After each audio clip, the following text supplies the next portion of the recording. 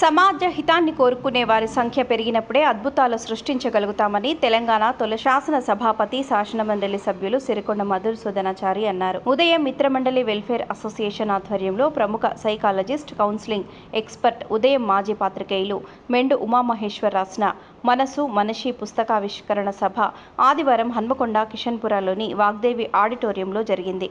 ఈ సందర్భంగా ఏర్పాటు చేసిన కార్యక్రమానికి ఉదయం మిత్రమండలి వెల్ఫేర్ అసోసియేషన్ అధ్యక్షులు ప్రముఖ పాత్రికేయులు దాసరి కృష్ణారెడ్డి అధ్యక్షత వహించగా, కార్యక్రమంలో ముఖ్య అతిథిగా పాల్గొని పుస్తకాన్ని ఆవిష్కరించిన అనంతరం మాజీ స్పీకర్ సిరికొండ మధుసూదనాచారి మాట్లాడుతూ, కసి మరియు కృషి ఉంటేనే మనిషి ఉత్తమ ఫలితాలు సాధించగలుగుతాడన్నారు. ఎన్నో ప్రతికూలతలను చిన్ననాటి నుంచి ధైర్యంగా ఎదుర్కొని ఎదిగిన వ్యక్తి పుస్తక రచయిత మెండు ఉమామహేశ్వర్ తన అనుభవాల సారాన్ని మనసు మనిషి పుస్తకంలో దర్శింపజేశాడన్నారు.